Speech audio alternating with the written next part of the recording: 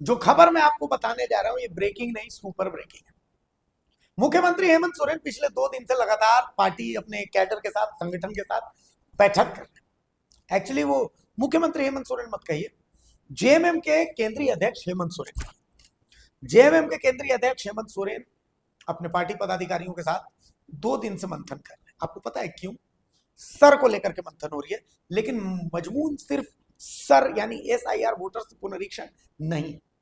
देखिए, जो मैं सुपर ब्रेकिंग आपको बताने जा रहा हूं पहले वो जान लीजिए। आपको अगर सब कुछ बीजेपी का प्लान सक्सेसफुल रहा तो हो सकता है कि बीजेपी झारखंड में भी एक कुड़मी मुख्यमंत्री दे दे, कुड़मी मुख्यमंत्री की तैयारी हो जाए। अब मेरी बात पर आपको ऐसे यकीन नहीं होगा, आप तो गाली देने के शौकीन है, तो आप फिर बोलिएगा हवा हवाई बोल रहे हो, ये कर रहे हो, वो कर रहे हो। खैर, अब हम पूरी क्रोनोलॉजी एक एक करके आते हैं, तब आपको शायद ये चीजें समझ में आए। तो पहला फैक्टर आप देखिए, लव कुश वाला जो फैक्टर है बीजेपी का, इस फैक्टर को जब आप देखेंगे तो देखिए कि बिहार में सम्राट चौधरी कौन सी कम्युनिटी से आते हैं? जाहिर सी बात है कुश कम्युनिटी से आते हैं।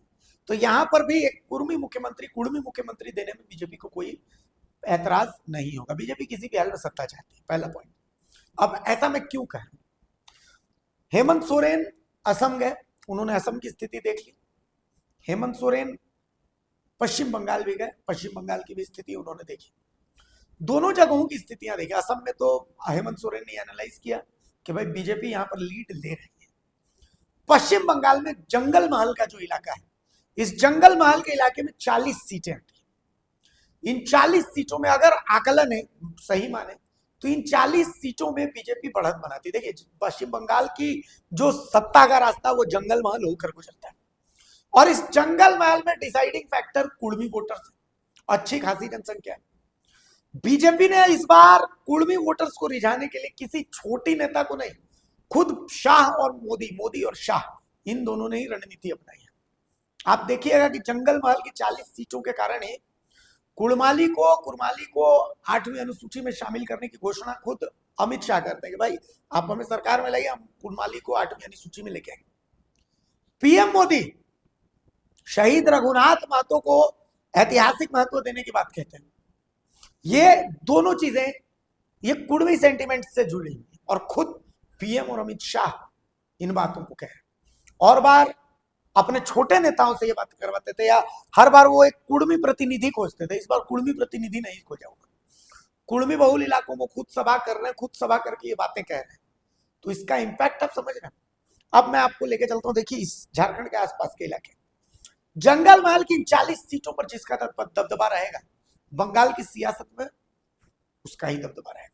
बंगाल में बीजेपी सरकार बनाती है कि नहीं बनाती वो बहस का विषय हो सकता है, लेकिन जंगल महल में अगर बीजेपी को बढ़त मिलते हैं तो जाहिर सी बात है बीजेपी देखेगी कि नहीं, कुड़मी जो है वो बीजेपी की तरफ आकर्षित हो रहे हैं। और उसके बाद बीजेपी का अगला टारगेट झारखंड इसलिए होगा, बिहार में बीजेपी की सरकार, छत्तीसगढ़ में बीजेपी की सरकार, उत्तर प्रदेश में बीजेपी की सरकार, उड़ीसा में बीजेपी की सरकार। तो इन तमाम जो आसपास के इलाके हैं, इन तमाम इलाकों में बीजेपी की सरकार है, एक अछूता सिर्फ झारखंड रह गया। तो ऐसे में बीजेपी ये बात जानती है। देखिए, बीजेपी एक बात मान करके चल रही है कि परिसीमन तो एकदम तय है, आर्टिकल 81 के तहत वो परिसीमन करवाने के पक्ष में। बीजेपी ये मान करके चल रही है कि उसने विपक्ष को अपने दांव में फंसा लिया। जो महिला आरक्षण का दिखावा बीजेपी करना चाहती थी, विपक्ष उसमें फंस गया। विपक्ष भले अपनी पीठ थपथपा रहा है कि भाई महिला आरक्षण हमने पटक दिया, महिला आरक्षण के भरोसे परिसीमन हमने पटक दिया, लेकिन बीजेपी इसके लिए पहले से तैयार थी और बीजेपी के दिमाग में कुछ और है। तो कुल मिलाकर के परिसीमन के लिए आप तैयार रहिए, ऐसे चाहे वैसे ये परिसीमन होना ही होना है, ये आप मान करके चलिए। आप बहुत विरोध कर रहे थे, लोग कह रहे थे ना कि हेमंत सोरेन को अरेस्ट कर लेंगे, झारखंड में आग लग जाएगा, ये हो जाएगा, वो हो जाएगा। क्या हुआ? हेमंत सोरेन को कर लिया ना अरेस्ट। चलिए, एसआईआर आएगा तो आग लग जाएगा, ये हो जाएगा, फलाना हो जाएगा, ठिकाना हो जाएगा। क्या हो गया? बंगाल में भी एसआईआर हो गया ना। तो कुल मिलाकर के अगर केंद्र चाहेगी तो वो लागू कर लेगी, आप और हम कुछ भी नहीं कर पाएंगे, ये फैक्ट है। तो ऐसी स्थिति में आप परिसीमन के लिए तैयार रहिए। बीजेपी भी अपनी तैयारी परिसीमन के परिप्रेक्ष्य में ही कर रही है। अब अगर वो बंगाल में सत्ता लाभ में आ पाती है तो ठीक है, नहीं आ पाती है तो जंगल महल में उसकी जितनी सीटें होंगी उसी के आधार पर बीजेपी, ऐसे तो बीजेपी की परंपरा है नहीं कि पहले वो मुख्यमंत्री का चेहरा जो है वो घोषित कर दे, लेकिन झारखंड में 2029 में ये प्रयोग वो कर सकती है।